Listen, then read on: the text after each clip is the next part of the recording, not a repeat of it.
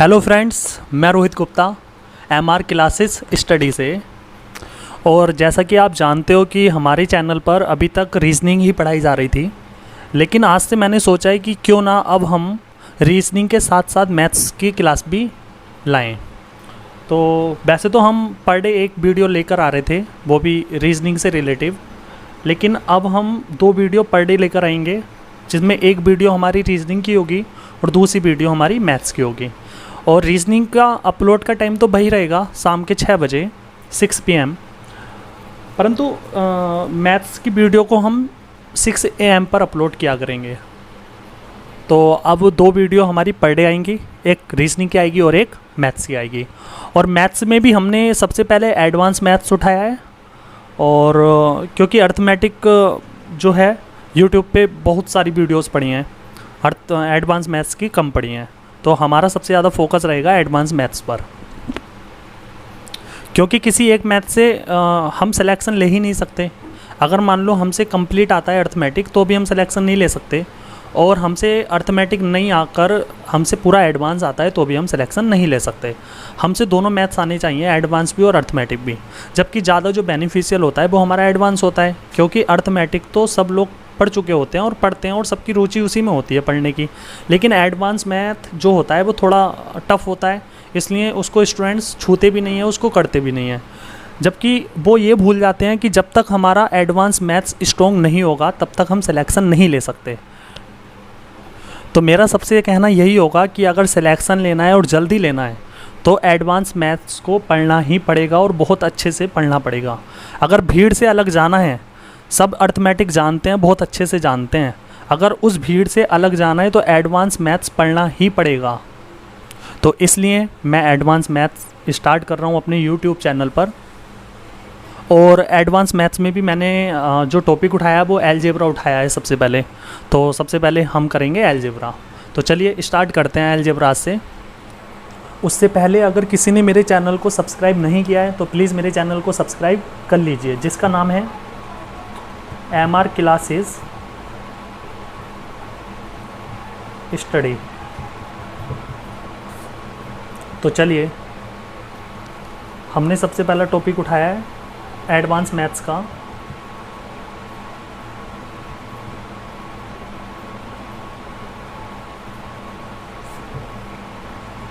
क्या उठाया है? अलजेब्रा। क्लियर है? और अलजेब्रा में हमने पहला जो चैप्टर लिया है वो लिया है नंबर सिस्टम। नंबर सिस्टम, जिसको हिंदी में हम बोल सकते हैं संख्या पद्धति या प्रणाली। अब इसमें क्या होता है ना, कुछ हमारे छोटे छोटे चैप्टर्स होते हैं, वो चैप्टर भी मैं यहाँ पे लिखवा देता हूँ। जैसे पहला होता है रिमाइंडर थ्योरम। तो पहला चैप्टर होता है रिमाइंडर थ्योरम, जिसको हिंदी में बोलते हैं शेषफल प्रमेय। दूसरा होता है number of zeros, number of factors, number of digits, जिसको हम हिंदी में बोल सकते हैं शून्यकों की संख्या, शून्यकों की संख्या, या हम बोल सकते हैं फैक्टर्स, गुणनखंडों की संख्या। क्लियर है? या हम बोल सकते हैं डिजिट्स, अंकों की संख्या। क्लियर है? उसके बाद हम स्टार्ट करेंगे यूनिट डिजिट्स, या हिंदी में हम बोल सकते हैं इसको इकाई अंक, इकाई अंक। क्लियर है? चौथा चैप्टर हम स्टार्ट करेंगे AP and GP. AP and GP English में बोलते हैं अर्थमेटिक प्रोग्रेशन, और जीपी को बोलते हैं ज्योमेट्रिक प्रोग्रेशन। या हिंदी में मैं बता सकता हूँ इनको, हिंदी में हम बोलेंगे इसको समांतर श्रेणी, और जीपी को बोलेंगे हम गुणोत्तर श्रेणी। क्लियर है? तो चलिए, सबसे पहले हम जो आज स्टार्ट करेंगे वो करेंगे हम नंबर सिस्टम में रिमाइंडर थ्योरम।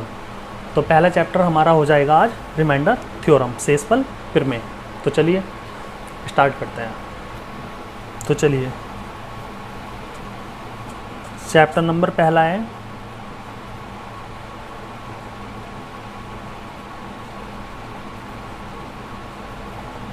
रिमाइंडर थ्योरम, या हिंदी में बोल सकते हैं हम शेषफल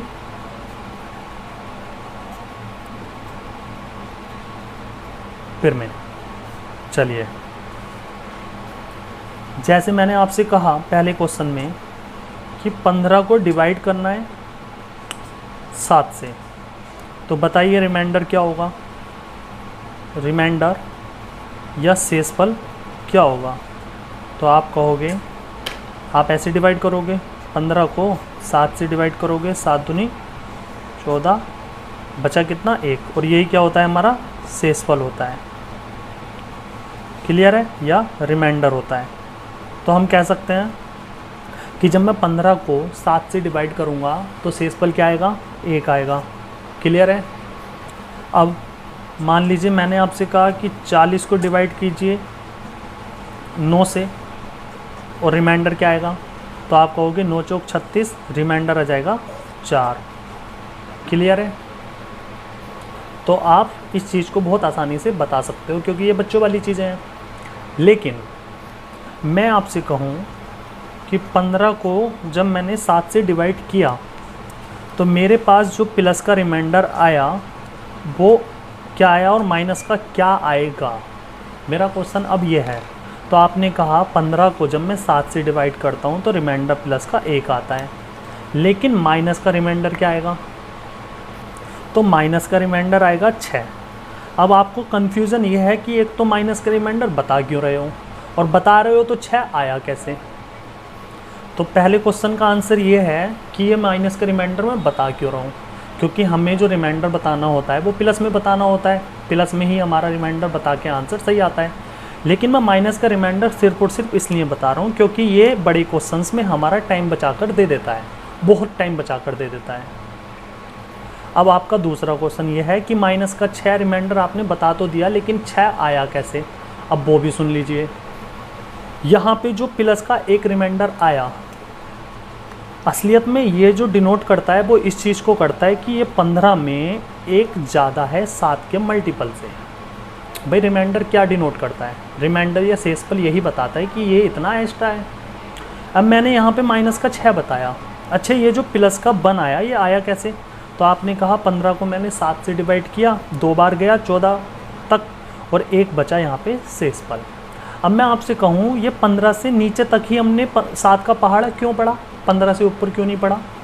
भाई हम 7 या 21 भी तो पढ़ सकते थे। हम यहाँ पे 15 को डिवाइड करते 7 से तो हम ये भी तो कह सकते थे 7 या 21 और रिमाइंडर बचा माइनस का 6, तो हम ये भी तो कह सकते थे। भाई बिल्कुल कह सकते थे।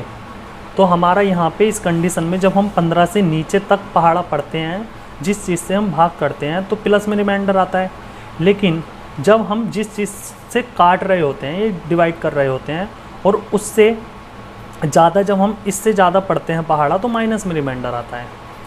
और ये माइनस का 6 क्या डिनोट करता है, ये माइनस का 6 ये डिनोट करता है कि ये जो 15 है ये इसमें अगर मैं 6 को जोड़ दूँ तो ये 7 का मल्टीपल हो जाएगा। और 1 क्या डिनोट करता है, तो 1 डिनोट ये करता है कि अगर इस 15 में से मैं 1 को घटा दूं तो 7 का मल्टीपल हो जाएगा। तो हम किसी भी संख्या को जब डिवाइड करते हैं तो हमारा रिमाइंडर प्लस का भी आ जाता है और माइनस का भी आ जाता है, लेकिन जब भी हमें फाइनल आंसर देना होता है तो वो हमेशा हम प्लस में देते हैं। अब मान लीजिए मैंने आपसे कहा कि 42 को 9 से, तो जैसा कि मैंने यहाँ पे अभी आपको बताया कि मान लीजिए आपको 42 को डिवाइड करना है 9 से, तो यहाँ पे रिमाइंडर क्या आएगा, तो रिमाइंडर जो आएगा वो 1 प्लस का आएगा 1 माइनस का आएगा। लेकिन मैंने जैसे कि आपको बताया कि हमें फाइनल आंसर हमेशा प्लस में देना होता है। तो अगर मैं यहाँ पे प्लस के रिमाइंडर की बात करूँ तो क्या आएगा और माइनस के रिमाइंडर की बात करूँ तो क्या आएगा, तो 9 चौक 36, प्लस का रिमाइंडर 6 आएगा और माइनस का रिमाइंडर 9 पंजे 45, 45 से कितना कम है 3 कम है 42, तो यहाँ पे माइनस का रिमाइंडर आएगा 3 और प्लस का रिमाइंडर आएगा 6। क्लियर है। अब हमें यहाँ पे एक चीज़ दिखाई दे रही है कि जो प्लस का रिमाइंडर है और जो माइनस का रिमाइंडर है, जब मैं इन दोनों को ऐड करूँगा 6 और 3 9, तो हमारा भाजक निकल के आ जाता है। जब मैं प्लस के रिमाइंडर को और माइनस के रिमाइंडर को जब मैं जोड़ता हूँ तो मुझे मेरा भाजक निकल के आ जाता है। तो मैं कह सकता हूँ अगर मुझे भाजक पता है और प्लस या माइनस में कोई एक रिमाइंडर पता है तो दूसरा रिमाइंडर मैं आराम से बता सकता हूँ। मान लो किसी संख्या को मैं 11 से डिवाइड कर रहा हूँ और डिवाइड करने के बाद मैंने देखा कि प्लस का 5 रिमाइंडर आया, क्लियर है। तो माइनस का रिमाइंडर क्या होगा, तो 11 में से हम 5 घटाएंगे, क्या आएगा, 6 आएगा। तो माइनस का 6 रिमाइंडर आएगा अगर प्लस का 5 रिमाइंडर आया है तो 11 से डिवाइड करके। जैसे मान लीजिए मैंने भाजक दे दिया 9 ये वाला, और मैं कह रहा हूँ प्लस का 6 रिमाइंडर आया। अब माइनस का बताइए क्या रिमाइंडर आएगा, तो माइनस का 3 आएगा रिमाइंडर, ठीक है। 9 में से 6 गए, 3 आया, जैसे यहाँ पे आया था, क्लियर है। तो मैं कह सकता हूँ कि अगर मुझे भाजक पता है या प्लस या माइनस में से किसी एक रिमाइंडर का पता है तो मैं दूसरा रिमाइंडर आराम से बता सकता हूँ। या मुझे प्लस और माइनस के दोनों रिमाइंडर पता हैं तो मैं भाजक बता सकता हूँ आराम से, क्लियर है। अब मान लीजिए मैंने कहा कि 15 को डिवाइड करना है 8 से, तो रिमाइंडर एक आएगा प्लस का और एक आएगा माइनस का। प्लस की बात करूँ तो प्लस का 7 आएगा और माइनस की बात करूँ तो माइनस का 8 आएगा, क्लियर है। वही अगर मैं 8 से 15 को डिवाइड करूँगा प्लस का 7 आएगा। अब माइनस का कितना आएगा, तो 8 में से 7 को घटाऊँगा, सॉरी माइनस का आएगा 1, माइनस का आएगा 1, ठीक है। क्योंकि 8 दूनी 16, 16 से 15 कितना कम है, 1 कम है, इसलिए माइनस का 1 आएगा। जैसे मैंने आपसे कहा कि 39/6 है, प्लस का रिमाइंडर क्या आएगा और माइनस का रिमाइंडर क्या आएगा, तो आपका आंसर आएगा 6 6 36, प्लस का तो आएगा 3 और माइनस का भी आएगा 3, क्लियर है। अब मान लीजिए मैंने आपसे कहा कि 7 को डिवाइड करना है 9 से, तो रिमाइंडर बताइए प्लस का कितना आएगा और माइनस का कितना आएगा। तो आपका आंसर आएगा कि अगर 9 ही कम 9, 9 से कितना कम है, 7, 2 कम है, तो माइनस का तो 2 आएगा। अब मैंने आपको बताया अगर भाजक पता है और प्लस या माइनस में से किसी एक रिमाइंडर का पता है तो दूसरा रिमाइंडर हम आसानी से बता सकते हैं। तो प्लस का रिमाइंडर कितना आएगा, भाई भाजक 9 है, माइनस का रिमाइंडर 2 है, तो प्लस का रिमाइंडर कितना आएगा, 7, क्लियर है। अब मान लीजिए आपके पास आया माइनस का 17/5 और आपसे रिमाइंडर पूछ रहा है, तो 1 मिनट इस माइनस को आप बिल्कुल छिपा लीजिए, छिपा लिया। अब मान लीजिए आपके पास क्वेश्चन यह है कि 17/5 में जो रिमाइंडर आएगा वो प्लस का कितना आएगा और माइनस का कितना आएगा। तो आपका आंसर आएगा, माइनस को छिपाने के बाद बोल रहा हूँ मैं, माइनस को हिडन कर दीजिए 1 मिनट, तो प्लस का रिमाइंडर आएगा 2 और माइनस का आएगा 3, क्लियर है। लेकिन अब ये वाला जो माइनस है, ये वाला जो माइनस है ये दोनों साइन को चेंज कर देगा। ये वाला माइनस इस वाले साइन को, प्लस वाले को माइनस कर देगा और माइनस वाले को प्लस कर देगा। तो हमारा फाइनल आंसर क्या होगा, प्लस का 3, क्लियर है। अगर माइनस के 17/5 है तो रिमाइंडर आएगा प्लस का 3। इसमें आंसर आता प्लस का 7, इसमें आंसर आता प्लस का 7, इसमें आंसर आता प्लस का 3। ये चीज़ें छोटी बेशक हैं, लेकिन अगर आपने इनको अच्छे से समझ लिया तो पूरा चैप्टर आसानी से आप कर लेंगे।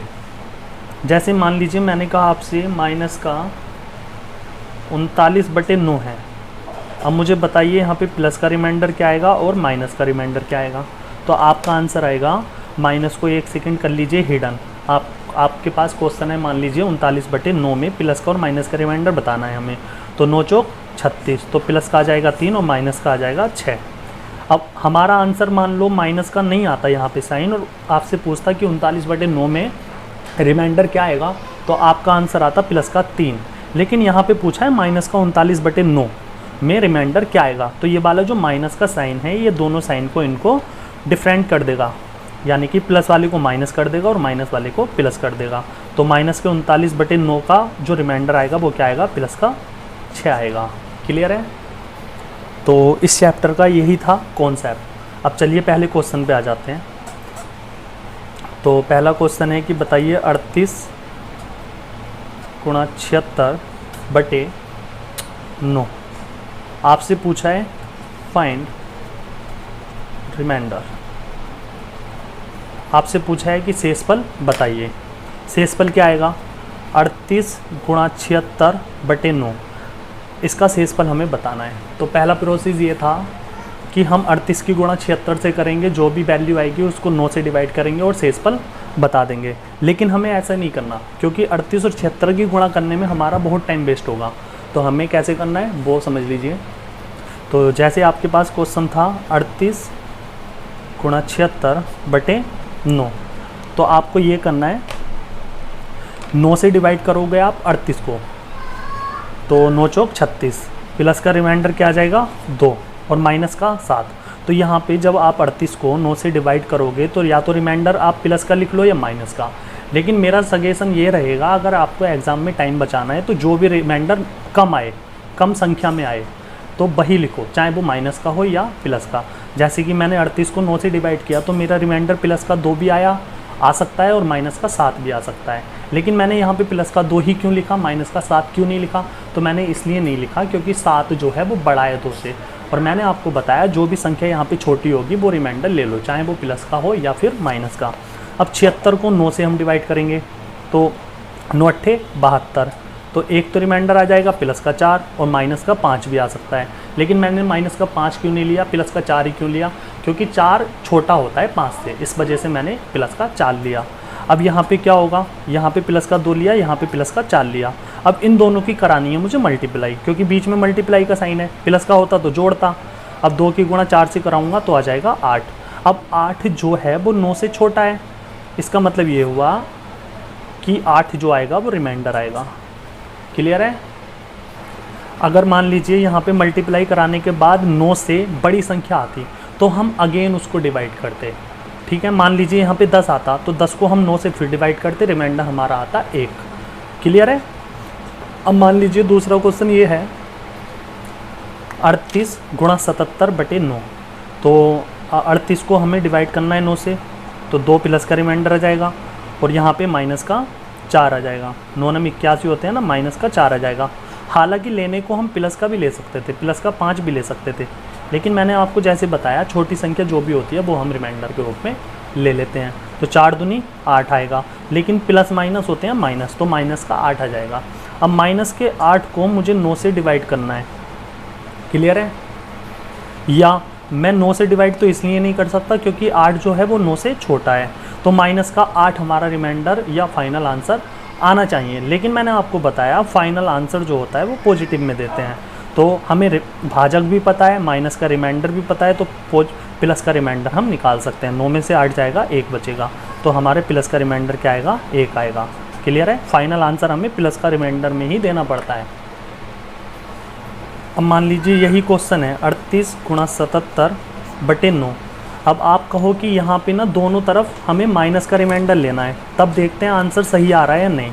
तो हम देखते हैं 9 पंजे 45, तो माइनस का 7 आ जाएगा रिमाइंडर, माइनस का कितना आ जाएगा, माइनस का 7 आ जाएगा यहाँ पे रिमाइंडर। अब माइनस का यहाँ पे लेना है तो माइनस का 4 आ जाएगा। अब माइनस के 7 की गुणा माइनस के 4 से करूँगा तो 28 आ जाएगा, क्योंकि माइनस माइनस प्लस होते हैं। फिर 9 से इसको अगेन डिवाइड करूँगा क्योंकि 9 से ज़्यादा आ गया 28, 9 या 27, तो मेरा फाइनल आंसर क्या जाएगा, 1, रिमाइंडर क्या आ जाएगा 1।